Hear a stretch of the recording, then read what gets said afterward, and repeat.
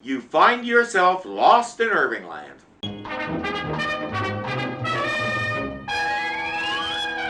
Last time, Dr. Smith had one job.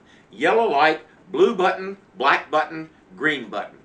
We subsequently discovered that on top of everything else, Dr. Smith is the world's worst mastermind player, so he caused multiple explosions when he got it wrong. Now we have a live wire thrashing all over the place inside, and Major West is unconscious. To the rescue! I'm innocent. The professor probably got his wires crossed. I did everything perfectly. Look, Don and John are in there. We've got to get to them. Perhaps you should go without me. In the event of a further disaster, I will care for the children. No, you're coming with me. I don't see any reason why we should both risk our lives. Come on, now, they may be badly injured. Oh. The rough, tough, big man wannabe really thought he could stand up to Maureen. I have a feeling she could tie him into a pretzel and not even jiggle a hair out of place. It's got to be done! Smith, give me a hand! I have a phobia about electricity, and the child has received a severe shock. Smith, hurry up! No! It's too much! I won't do it! Ah! Once this is over, if they have any sense at all, they'll tell him not to come back, and mean it this time. Don's a military man. Ask him what desertion under fire means and what the punishment tends to be. Wonder what could have happened. When a mishap occurs, it is wise to seek out its source. I refer to the jinx of the Robinson family. At least someone remembers previous episodes. A man whose stumbling feet go crushing blossoms without end, whose fumbling hands are thrust among the heartstrings of a friend. How dare you, you unctuous underling. I may have made some trivial mistakes in the past. Easy, fella. Ask Don's head how trivial that was. You nearly blew up the ship and ran away like the coward you are when John needed help. None of that is trivial. Yeah. Well, that's another disaster for which we can thank Dr. Smith. John, this is one time you're not going to start me. He's going to get exactly what he deserves. So now, Don, don't be too tough on him. I'll be just as tough as I have to be, Marie. Look, I'm as much to blame as anyone else. I should have never trusted him with an important job. Punishing Smith, how's that going to change this? Well, maybe it won't, but at least it'll give me a little satisfaction. Beating him up is temporary. Exile him. Eject him from the group and ban him from the ship. Give him a tent, a few supplies, and show him where to find food and water. Then forget he ever existed. If you do that within the next 4 episodes, we might be able to have a much more pleasant season 3. Judy, take Will and Penny inside. They're too young to see what I'm going to do. Smith, you and I are going to have it out. Forget it. We've got other important things to think about. It'll be weeks before those power units are fixed. And all because of you, Smith. I admit to some minor responsibility, Major. However, there could have been an error on your part as well. Yes, John already said what it was, trusting Smith with a job that required him to do something for someone else and not think of himself 24/7. He appears incapable of that. Dr. Smith, something's wrong with the robot. Probably burned out a computer talking too much. I feel faint. I'll bet I know what it is. When's the last time you recharged him, Dr. Smith? 2 or 3 weeks ago. He needs recharging? But didn't he tell the toy maker this? I do not wind up, nor do I run down. I am powered by solar cells. So does he or doesn't he? 9 episodes ago, he never runs down. Now he needs recharging every couple of weeks. Don't these production companies usually have someone on staff who's supposed to keep track of these things? Unfortunately, thanks to Smith's bungling, there isn't enough power in their auxiliary units to keep things like the refrigerator going and charge the robot. So the robot is kinda screwed. Will is beside himself, but the robot understands the situation. He heads off somewhere to die quietly, but he left something behind. This is the robot speaking. I have a message for my friends. Dear ones, I realize the problem which faces you. I understand the brave fight you have made to survive on this planet. Rather than place you in further danger, I have made a decision. When you hear these words, I will have gone out of your life forever. In the future, think fondly of me. Farewell. Now everyone is completely bummed. Farewell. Greater love hath no robot. Well, that settles that situation.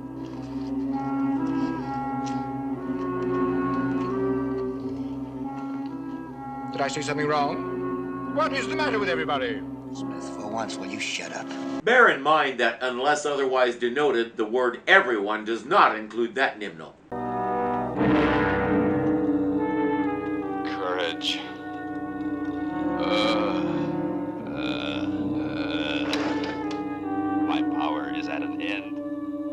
family calls this area the Valley of Shadows. Bear in mind that unless otherwise denoted, the phrase the family includes Major West because we all know he'll be a member of the family eventually. The phrase does not, however, include that Nimno. Somewhere in that valley, the robot falls over and goes quiet, but he's not done yet. What are you doing up at this hour? I'm gonna try and find the robot. Indeed, in the middle of the night, I absolutely forbid it. Well, then I'll have to go without you. William Robinson, if you leave this ship, I shall awaken your parents immediately. I didn't think you'd be a squealer, Dr. Smith. Not squealer, William. Tattletale. Yeah, that was funny. Smith figures he doesn't have a choice. He's clearly not tough enough to restrain Will. Delicate back and all that, you know. So he may as well go with. But I have a question for Will. Why are you doing this in the middle of the night, and why are you taking him? Okay, I have a question. Dr. Smith. Oh, no. What the heck is in this valley? William, we must leave here immediately. The atmosphere in this area produces very strange reactions. No, a strange reaction is coughing uncontrollably or seeing purple wombats. This is, I don't know what this is, but I'll bet I know how it happened. Because of atmospheric conditions, I have experienced a molecular reaction. This has reversed my ionic flow, causing my great increase in size. That's exactly what I was going to say, once I could pronounce it. If we can reverse your ionic process, you might shrink back to normal size. You're grasping at straws, my boy. It won't work. The idea has merit. Will says, then we could reroute all your power to your tread section so you have enough to get back to the ship and recharge. No. As I recall, your father vetoed the suggestion that he be restored and recharged. He changed his mind. He told me so last night before I went to bed. No, he didn't. Well done, Dr. Smith. Under your able teaching, the boy has learned how to tell a convincing lie. But your scheme has one major flaw. What's that? If we do as you suggested, it will mean that we have to remove his chest plate. And as big as he is now, it will take a crane to lift it off. I've got a solution for that, too. All we have to do is take off these 4 bolts. That will allow them to go inside the robot, make their way to his chest section, and make the necessary repairs. Now, there's one thing he hasn't thought of. Oh, William, before we plunge into something for which we may be exceedingly sorry, perhaps we should reconsider. You don't have to go, Dr. Smith. I can go without you. Very well. You'll need someone to protect you. Yeah, good idea. Know anybody?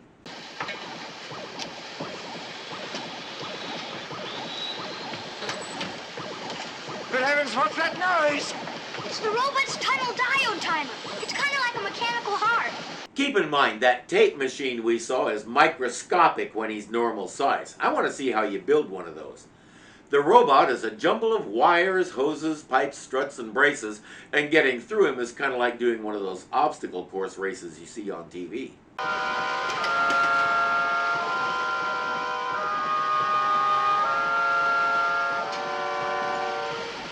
Careful. Dr. Smith tried to stop at the brewery for a cold one, but Will wouldn't let him.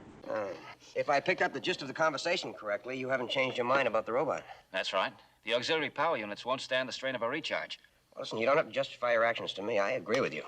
But then again, I'm not a 12-year-old boy who's very fond of a robot. Will was 9 when they left Earth. They've been in space for just under 2 years. Let's see, 9 plus 2 makes 12. He's right. Ever wonder how a robot battles an infestation of humans? Warning! Danger! What is it? It is my infrared heat-seeking laser unit. Is it dangerous? Exceedingly. Its purpose is to destroy alien bodies in my interior. Do something, you blithering movie! Stop it! We are not alien bodies! It begs to differ. It's basically a white blood cell. The difference is a white blood cell destroys an invading bacterium by eating it. This thing uses guns. Really wimpy guns that look more like cheap fireworks, but all the same, let's not stick around and analyze it. Smith will run off in a panic and get lost by himself, while Will presses on to...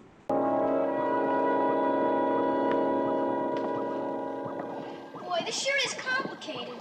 My trunk section is the same as before. I am only bigger.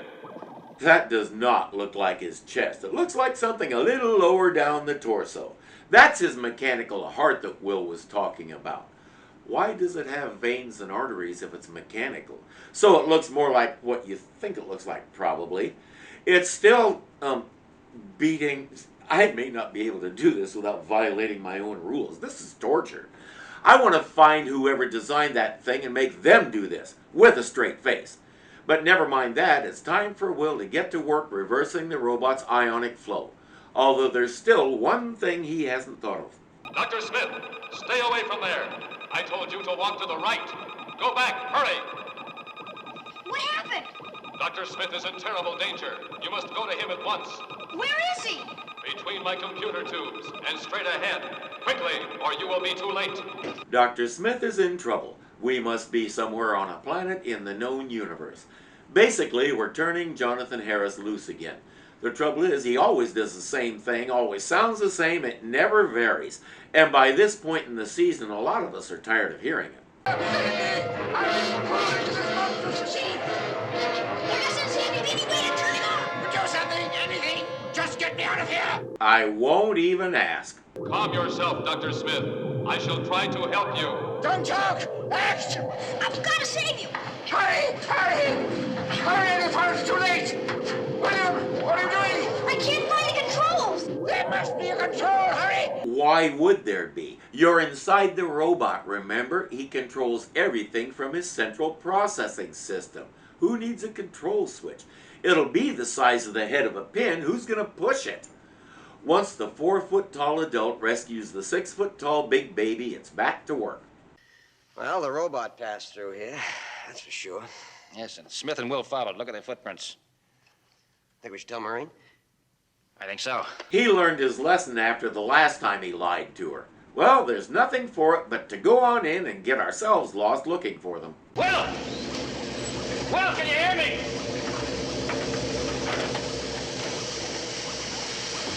Will! Hear all that noise? And it's pretty obvious that Will came in here with a definite purpose that had nothing to do with hanging around the robot's treads near the door.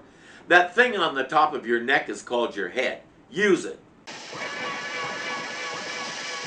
that Will? You think that sounds like Will? What's that? I don't know. It looks like some kind of laser machine. It's aiming right at us. We better get rid of it. Now see, if Dr. Smith had had a laser pistol, he could have panicked and dropped it on his foot, then Will could have picked it up and shot that thing. It's going faster. William, we've got to get out of here. Who knows what this infernal machine will do next? This really is agony. Listen, listen. That dreadful beating is slowing down. He's failing. The robot's power must be exhausted. I still cannot understand why you're so concerned. After all, it's just a mechanical contraption. Dr. Smith, please. You've got to keep beating. You've got to. Come on, try.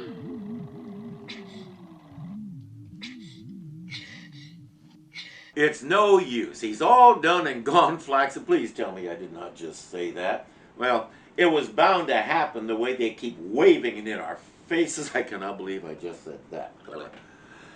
I have to ask again, why did you take him? You know he's useless, often worse than useless. Yes, he's supposed to be the robotics expert, but he's not much good because he doesn't do anything. He'd have done better to take either Judy or Penny. At least they'd pitch in and help as best they could. Smith is nothing but a liability. There's good news. Will remembered the robot has a small reserve power pack. If he can use that to give the robot a jump start, they can get him back. We can't leave now, Dr. Smith. I'm able to bring him back. Please, sir, just for a few minutes. Very well, but you had better succeed at the first attempt because there will not be a second. As if you can force Will to do anything he doesn't want to do. All he has to do is kick you in the shin and you'll be bedridden for a week. None of the robot's automated machinery seems to be working. Yeah, which means he's used the last of his power supply. We've got to find Will and Smith, but fast. Yeah, the problem is, where do we start? It's almost like it was a really stupid idea to come in here with no idea where we're going. Maybe we need to rethink this. Lost. Yeah, let's try down there. Or not. He's normal. Isn't it wonderful? It appears that you cannot keep a good robot down. Not as long as a little boy believes in him. Yes, I am exercising all my willpower to ignore Dr. Smith's line and all the things I could have said in response. It's time to reverse the robot's ion flow and restore him to normal size. And there's still one thing Will hasn't considered. What's happening? Reverse the robot's ion process. He's starting to shrink. So quickly? How much time do we have to reach the outside? I don't know, but you're right. He is shrinking fast. We've got to get out of here immediately. That thing Will neglected to consider, when he does shrink to normal size, what happens to the guys inside him? We'll have a harrowing run worthy of the end of a Halo game, but Smith immediately abandons Will and runs off screaming. Oh,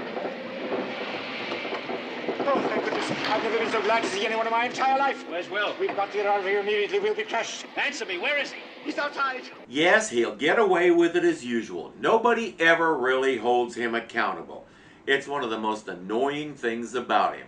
I mean, he abandoned a child who's in mortal danger. At the very least, a dinosaur should eat him. John will have to try to drag Will out at the very last second. Maximum drama, you know. You can make it, son. Come on.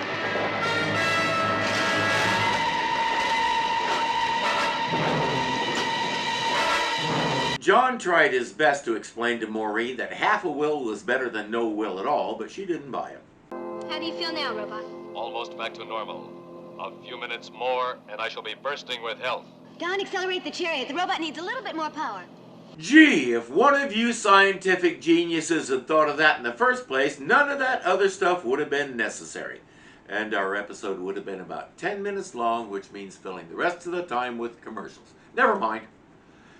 In the cliffhanger, John and Maureen are off somewhere investigating some volcanic activity. Everyone else is hunkered down on the floor.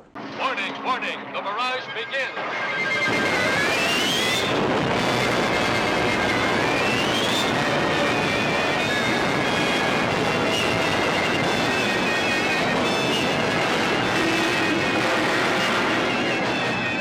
This has happened every night for the past 3 nights. They have no idea who or why. At least it'll keep whoever they are from getting too close to us. They're much too close for comfort now. In fact, You what? Nothing. It's nothing.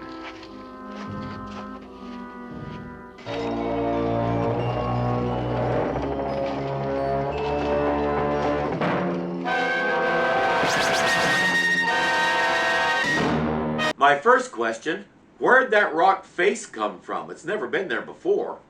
My second question, who squeezes one of these to fire a weapon? My third question, why does this episode exist? It's just another excuse for Jonathan Harris / Dr. Smith to run around screaming like a wet chicken. Nobody was changed in the least by this entire experience, not even the robot. Will is the compassionate little boy who's still too idealistic to realize he needs to find someone better to hang out with. Dr. Smith is still just as big an ill as he ever was. They nearly lost both a vital piece of equipment and a treasured friend. If Will hadn't risked his life and dragged Dr. Smith along his dead weight, they would have lost him. And in the very next scene, everything is exactly as it was before. It might as well have never happened. These characters aren't growing at all. Now, in a very real sense, Dr. Smith can't grow too much or we lose the character. He's a lot like Frank Burns on MASH. If he develops any detectable degree of humanity, he can't function as the character needs to anymore. The cast of MASH said Larry Linville, who played Frank Burns, had the hardest job of them all, and that was the reason. He couldn't take the character anywhere. Frank Burns was the bad guy. Soften the character a little, and he can't do that anymore. Dr. Smith is much the same way. Most of the time, if he doesn't get into trouble, we don't have a story. But unlike Frank Burns, Dr. Smith does have room to grow. He can slowly outgrow the selfish callousness and still be the bungling idiot who gets himself into trouble. He doesn't always have to get into trouble because of greed. This episode proved that he can get into just as much trouble because of stupidity. I'll see you next time you find yourself lost in Irvingland. If you enjoyed this episode, click the like button and let us know. Be sure to subscribe and click the bell so you always know what is happening, because something is always happening here at Irving Zoo. We make sure of it. We control his computer. Until next time.